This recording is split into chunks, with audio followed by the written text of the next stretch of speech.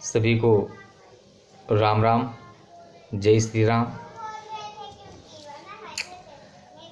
कल 9 अगस्त को विश्व मूल निवासी दिवस का संदर्भ में कुछ चर्चा करनी है। ये जो 9 अगस्त को विश्व के मूल निवासियों के लिए जो दिवस मनाया जा रहा है, आखिर इस संबंध के पीछे, इसके पीछे कुछ कारण हो और उसके पीछे हमें कुछ जानना भी चाहिए कि वास्तव में ऐसा क्यों है, क्या कारण है। तो संयुक्त राष्ट्र संघ ने इस दिवस की घोषणा की थी। इस कल्पना को लेकर सन 1982 में working group on indigenous people, इस समूह की पहली बैठक 9 अगस्त को हुई थी। इसलिए 9 अगस्त को विश्व मूल निवासी दिवस मनाया जाता है।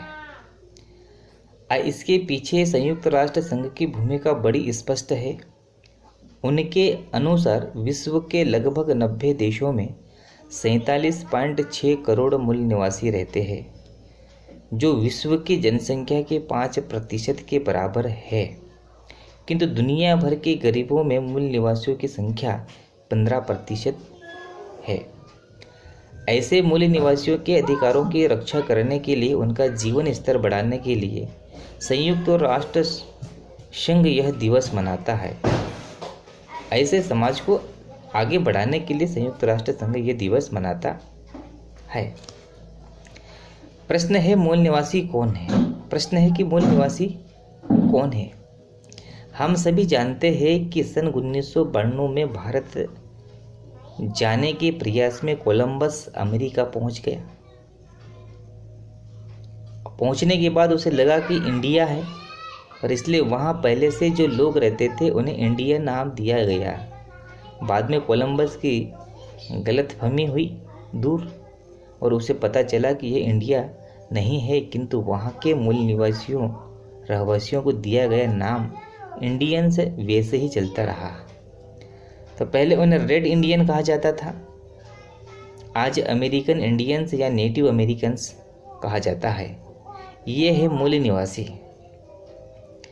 1492 में जब सबसे पहले कोलंबस के साथ यूरोपियंस वहां पहुंचे, तब वहां के मूल निवासी अर्थात अमेरिकन इंडियंस की संख्या हेनरी डॉबिन्स के अनुसार 1 करोड़ 80 लाख थी।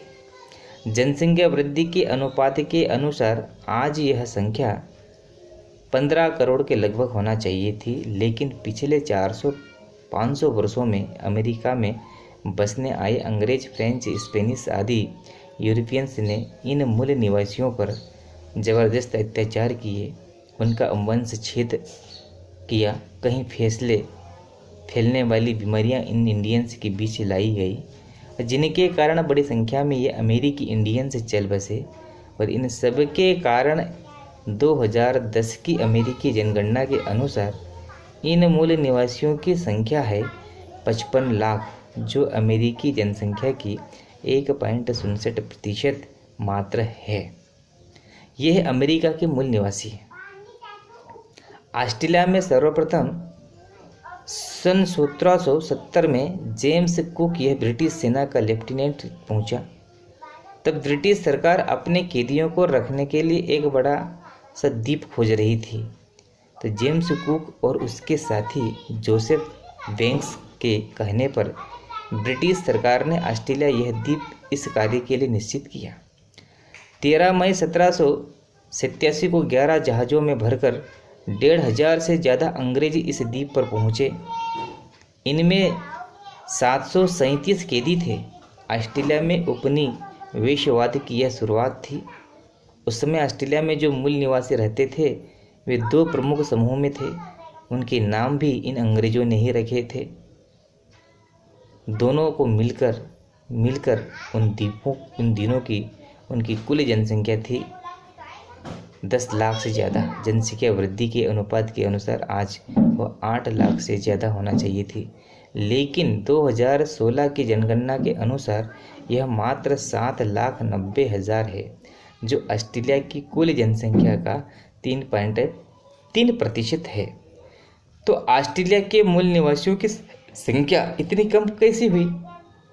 वही जो अमेरिका में हुआ, बर्बरता से किया गया। इन निवासियों का नरसंहार और बाहर के देशों से आए हुए अनेक रोगों के कारण इन निवासियों की स्वाभाविक दिखने वाली मृत्यु अमेरिका, ऑस्ट्रेलिया, न्यूजीलैंड आदि देशों में मूल निवासियों की हालत अत्यंत खराब थी। और इन यूरोपियंस ने उनको कहीं का नहीं छोड़ा था। अमेरिका ने उनको सिविलियन बनाने की ठानी। पहले राष्ट्राध्यक्ष जॉर्ज वाशिंगटन के ज़माने में इन मूल निवासी अर्थात अमेरिकन इंडियंस को ज़बरदस्ती सिविलियन बनाने की नीति आज तक जारी है। और इन सारे मूल निवासियों को इन अमेरिका, ऑस्ट्रेलिया जैसे देशों ने जड़ों से तोड़ा है। वे कहीं के नहीं बचे हैं। अनेक अमेरिकी मूल निवासी आज गरीबी रेखा के अंदर आते हैं। ये ऐसे वंचित और उपेक्षित लोगों के लिए है मूल निवासी दिवस। भला भारत में इस दिवस का क्या औचित्य है? यहाँ तो हम सभी मूल निवासी हैं। हाँ, मुस्लिम आक्रांता जरूर आए थे बाहर से। ईरान, पर्सिया, इराक, अफगानिस्तान, तुर्किस्तान, उज्बेकिस्तान आदि अनेक देशों से। तो संयुक्त राष्ट्र की परिभाषा के अनुसार चले तो इन आक्रांताओं को छोड़कर भारत में सभी मूल निवासी है। बाहर से आए तो अंग्रेज भी थे, किंतु 1947 में स्वतंत्रता मिलने के पश्चात वे भारत छोड़कर चले गए। तो फिर भारत में इस विश्व मूल निवासी दिवस का बहुत ज़्यादा औचित्य नहीं होना चाहिए। विश्व के अमेरिका, ऑस्ट्रेलिया जैसे देशों के मूल निवासियों के हक के प्रति सहानुभूति और समर्थन इतनी सीमित भूमिका हमारी होनी चाहिए थी, किंतु ऐसा हुआ नहीं।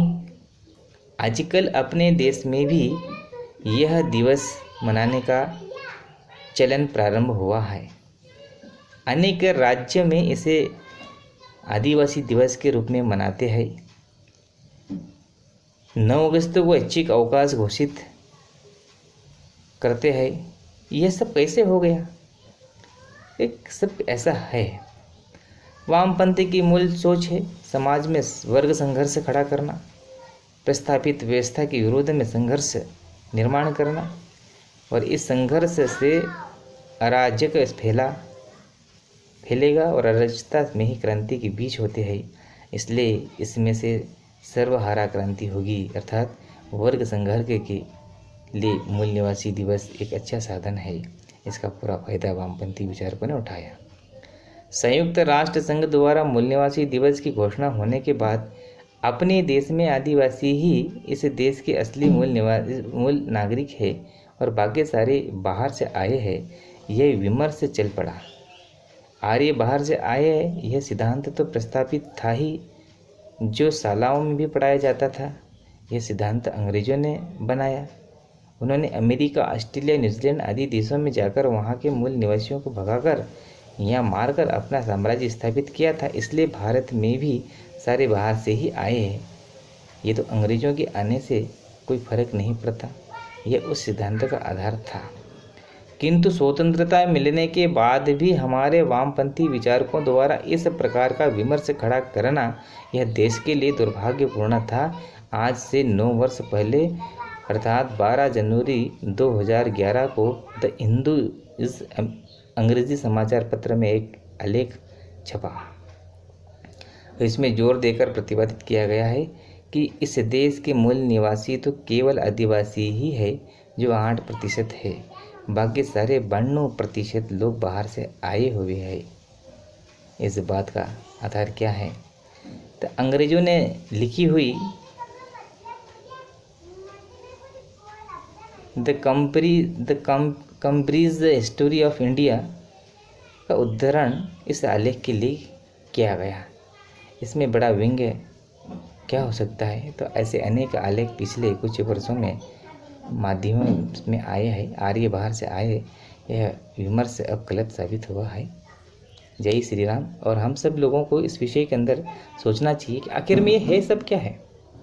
ये समाज को तोड़ने के लिए, समाज को जोड़ने के लिए वर्ग संघर्ष कराने के पीछे ये कौन सोच रहा है? ऐसा क्यों हो रहा है? इसके पहले तो 76-77 वर्षों के अंदर कुछ हुआ था ही नहीं, कुछ किसी प्रकार का कुछ हुआ नहीं है। पर ये कुछ समय से इस प्रकार की ये सब चीज़ें कैसे आ रही है?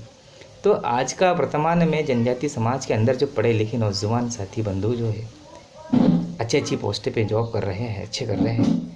आज ये जो समाज के अंदर जो परिवर्तन की जो लहर भी जनजाति समाज में जो आई है, तो मुझे जहाँ तक ऐसा लगता है कि 2003 के बाद में समाज के अंदर एक बड़ा परिवर्तन हुआ।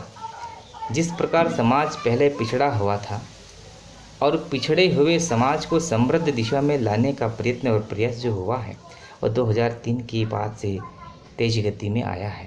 अभी 2003 से तेज गति जो पकड़ा है, उस बीच में अब जो विधर्मी जो लोग हैं, जो वामपंथी समाज के लोग हैं, जो समाज को तोड़ना चाहते हैं, समाज का विकास चाहते नहीं है, समाज को पढ़ाना नहीं चाहते, समाज को समृद्ध करना नहीं चाहते हैं, वो तो केवल राजनीतिक रोटियां सेकना चाहते हैं।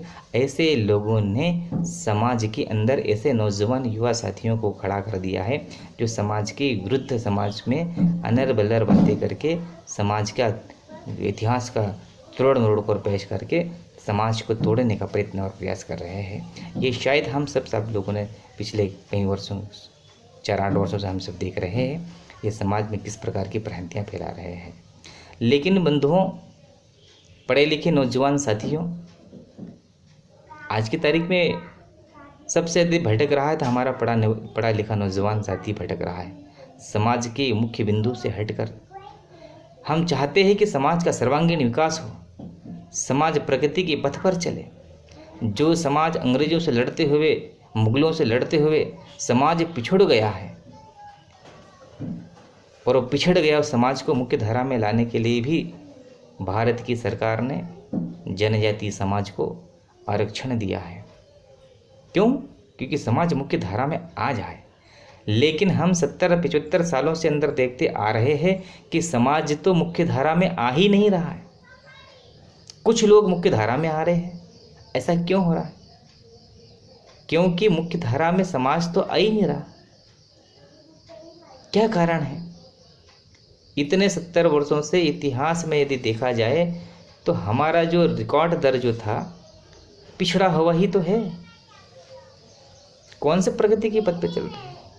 लेकिन मुझे ऐसा ध्यान में मुझे आ रहा है कि 2003 के बाद में भारत के अंदर, हमारे क्षेत्र के अंदर जन जागरूकता जैसी समाज के अंदर प्रवेश हुई है, तो कहीं ना कहीं समाज प्रगति के पथ पर चल पड़ा है। आज कई लोग ऐसे भी लोग हैं कि जो बकरी चराते थे, लेकिन राज्यसभा के अंदर आज भारत का जनजाति समाज का पक्ष रखने के लिए उस संसद भवन में पहुंच गए। कभी कल्पना नहीं कर सकते थे, कभी सोच भी नहीं सकते थे कि कभी बकरी चराने वाला भी देश के सर्वोच्च संसद भवन पर जाकर माथा टेकेगा। कभी कल्पना नहीं हो सकती थी, क्योंकि अभी तक कल्पना वही हो सकती थी कि जो बड़ा आदमी है, जो पावरफुल आदमी है, जिसकी दादागिरी चलती, जो पहलवानी करता है, वही उच्च पदों पर जाता है, वही समाज की मुख्य धारा पर जाता है। लेकिन हमने कुछ वर्षों के अंदर देखा है मित्रों, कुछ वर्षों में हमने देखा है कि अब भारत के सामाजिक, राजनीतिक, धार्मिक जीवन में जनजातीय समाज के लोगों को भी स्थान कहीं ना कहीं मिल रहा है। और ये बहुत बड़ी इतिहास की साक्षी है। ये हमारे बीच की देखा, हमने हमारी आंखों से भी देखा है कि अभी अभी हमारे क्षेत्र के सुंदर सिंह जी, लोग कहते हैं कि हमने इसको सुना ही नहीं था, लोग कहते हमने तो इसका नाम ही नहीं जाना था कि कभी वो राजनीति में इतने सक्रिय थे, कभी पॉलिटिकल में इतने सक्रिय राजनीति में थे। वो नहीं थे। हाँ, सामाजिक कार्यकर्ता थे, समाज के किसी छोटे कार्यक्रमों में हिस्सा लेते थे, समाज की चिंता करते थे, और पढ़े लिखे हैं, नौजवान है, डॉक्टर है, और ऐसे बुद्धिजीवी को भारत की उच्च सदन में समाज की चिंता करने के लिए उन्हें पहुंचाना चाहिए। बुद्धिजीवी ने सोचा और वो हमने देखा है, वास्तव में हुआ है। हाँ, कुछ त्रुटियां होगी है, लेकिन जैसा जैसा समय आएगा समाज समृद्धि जागरूकता और बढ़ रहा है और होगा। नए विश्वास है मुझे, भारत की सरकार के ऊपर है, समय बढ़ रहा है। क्या ज़रूरत थी आदिवासियों के अंदर चिंता करने की? ये चिंता कौन कर रहा है?